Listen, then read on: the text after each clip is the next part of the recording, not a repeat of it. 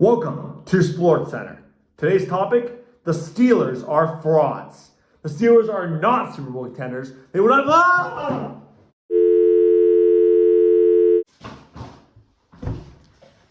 Steelers are and always will be going to the Super Bowl.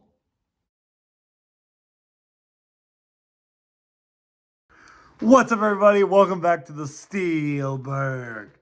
Steelers win 27-14 against the Cleveland Browns. Talk about a revenge game. No longer will I be screaming in my car about a loss to the Browns. I might do it about a loss to another team at some point this year, but the Browns will not be that team. Steelers win by 2 scores against a divisional opponent. I didn't know that was possible. All around, great game. A little shaky at first with Wilson. But at the end of the day, we put up 27 points. And to say 27 points is a shaky day is insane to me. Because there was a lot of time where the Steelers scoring 20 points was like a miracle from the heavens. And now they score 27 and we're like, yeah, Russ had an okay day, and like we could have done better on this, and this. We put up 27 points and beat the Browns by 2 scores. Like, yeah, we didn't have the greatest day ever, but the Steelers are putting up consistently 25 points. That is awesome. Beyond awesome. That is awesomer. And like I said, Wilson didn't have that bad of a day. He went 15 for 26, so not great completion percentage. 158, not great yardage, but he threw for 2 touchdowns and no picks.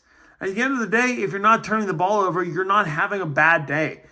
He had 2 touchdowns to no interceptions, and at the end of the day, that's what matters, especially on a day where you don't have George Pickens.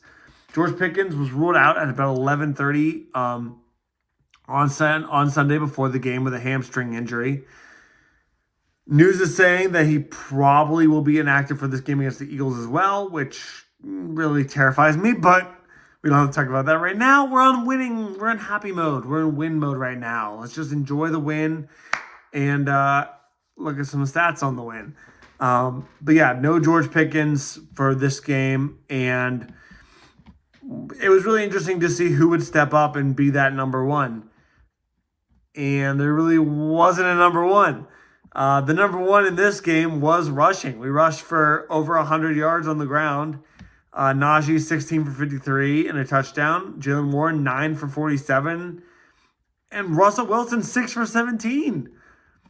We had 117 yards on the ground, and 17 yards of that were from Russell Wilson, the 35-year-old quarterback. Like, that's crazy. Najee Harris didn't have his greatest game, only averaged 3.3 a carry. Warren did much better, averaging over 5 a carry. It was Warren's game, and honestly, I would have liked to see those numbers flipped. I would like to see Warren have gotten 15, 16 carries and Najee gotten closer to 10, but we got the yardage needed anyway, and Najee punched in his ticket to the end zone. So at the end of the day, I can't really be mad about that. Looking at receiving, again, I was looking for who was going to be the number one receiver in that sense, and we didn't really have one. We had 3 different receivers, Freiermuth, Mike Williams, and Scotty Miller with 3 receptions here, each for right around 40 yards. Warren had 2 receptions, and then everyone else everyone else had 1. So yeah, not really great receiving game. Freiermuth had some really clutch plays, including that long touchdown. Scotty Miller had a great catch on the sideline. Didn't think I'd be saying his name after this game. And Mike Williams finally got involved. 3 catches on 4 targets, including one that probably should have been a catch. They ruled it. They pushed off. If it's Pickens, I don't think they call that, but they call it on Mike Williams. But yeah, overall, it wasn't the prettiest offensive game for the Steelers. Wilson throwing for 2 touchdowns and Najee running in for 1. Boswell 2 for 2 on field goals with Long being for 54. What else is new? I mean, that's not even a stat anymore. There's a reason I don't say what Boswell's kicks are because they're just so automatic. If the weather is not hurricane force winds or something happens with the blocking team and the kick gets blocked, it's going through the uprights. Like there's no question about that. If it's under 60 yards with no gale force winds and no block, it's going through the uprights. Period. So that's why I don't really bring him up very much. And looking on the Browns, they also didn't have a great game offensively. They were much more through the air than the Steelers were. Jameis Winston, 24 for 41 for 212, 2 touchdowns and 2 picks. And that's the big difference in this game is those 2 interceptions. Like I said, Russell Wilson did not turn the ball over. He did not throw a pick, and he did not fumble it. Winston threw 2 interceptions, and he didn't fumble the ball, but those 2 interceptions, one led to a touchdown, being Najee's, and the other one was the game sealer that we ended up running out the clock on. So those 2 interceptions pretty much ended the game for the Browns. Not to mention shooting themselves in the foot with other issues. Kadarius Toney, how is this dude still in the league? He sees what he does on the Chiefs and then gets signed by the Browns. Insane. Brown's gonna Brown. But Kadarius Toney drops an easy punt. Sorry about that, folks. Camera died. But Kadarius Toney drops an easy punt, ends up being a crucial turnover that really another reason the Browns lost this game. And yet another mistake shooting themselves in the foot. Dustin Hopkins couldn't have hit it through. He couldn't have hit a field goal through a high school post. For those of you who don't know, high school posts are significantly wider than NFL posts. And okay, he didn't miss by that much. But dude, you're an NFL kicker. Put it through the uprights. One of them was from 38 yards away or something like that. Put it through the uprights, man. God. They're gifted this game to the Steelers. As much as the Steelers played well, the Browns gifted this game to them.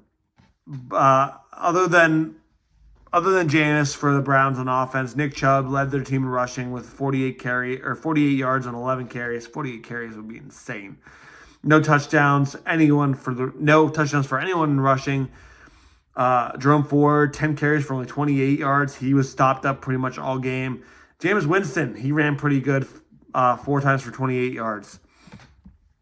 As for receiving, Jerry Jeudy and David Njoku had the touchdown. Njoku's was kind of garbage time, but Jerry Jeudy had the one over the top to take a 7-3 lead.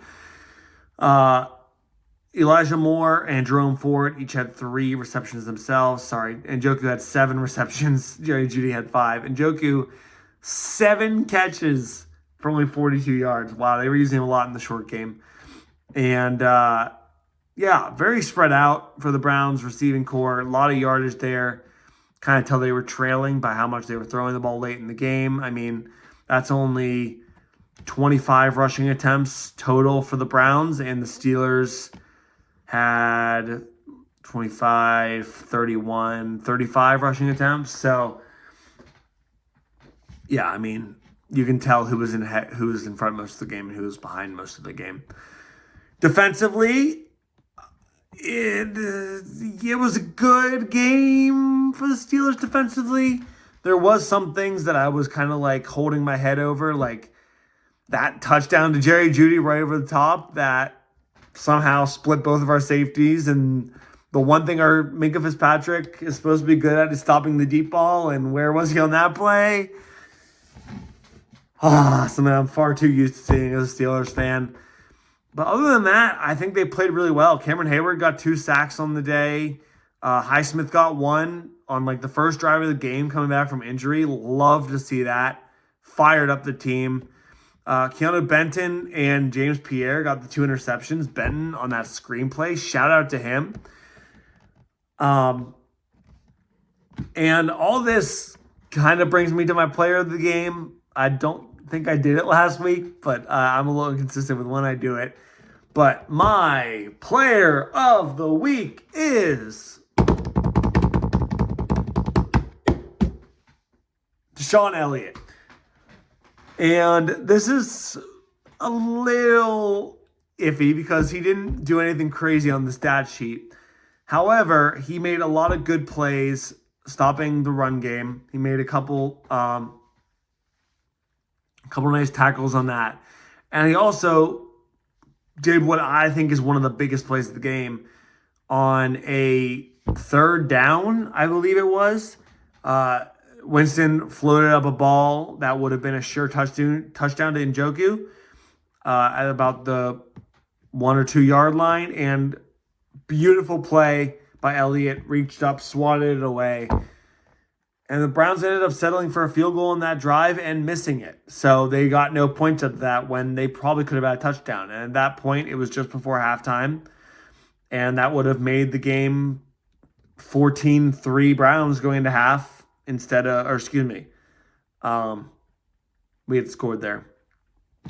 What was the score going into halftime? I don't remember off the top of my head. It was 13-7. It would have been 14-13 going to half. And with them getting the ball back, who knows what happens there? I mean, we know now that they missed the field goal before half and they missed the field goal after half. But who knows if one of those is a touchdown instead? I mean, this could be a completely different game, which is why he is getting my player of the game. Honorable mention going to Cam Hayward, who did have 2 sacks in this one. One more thing I want to touch on is how big of a bum Myles Garrett is. Are you kidding me with that crap after he sacked him on the last drive? Yeah, okay, you got a sack. You had more sacks in these 2 games than TJ Watt did. He didn't have any. You had 3 or 4? Cool. Look at the scoreboard, buddy. At the time, it was the final score at the time. It was 27-14. And you sack him with a little over 2 minutes left. The clock keeps running. We punt the ball back to you, and you eventually drop it because Kadarius Toney couldn't catch a beach ball. And yet you're shushing the crowd. Dude, get out of here, man. You're such a bum. You don't do anything. You stat pad your stats. Get out of here, man. It was just so disgusting. It was come on. Browns are going to be the Browns. And I just can't stand him. And that's going to be all I have for this game, folks. Little bit of a shorter video. I think it's kind of split into 2 right now on my screen because I have the first video that got cut off and then this one. But looking forward to the Eagles game next week. I am really terrified for it. Ignore the green undershirt. I think I'm wearing a Picklesburgh shirt right now, but I'm not subtly hinting the Eagles or anything like that. But yeah, I'm nervous for this game big time. We won't have George Pickens in it, so probably won't have George Pickens in it. So I'm a little scared, and they've been lighting up teams other than the Panthers, and there seems to be some turmoil between A.J. Brown and Jalen Hurts. So maybe we can play off of that, sneak a win going into Baltimore the week after. But that's the game that I'm really looking forward to. And if we drop this one, I won't be too upset. But like I said, that's all I got for you today. Have a good morning, evening, afternoon, and night, everybody. Goodbye again from the Steelburgh.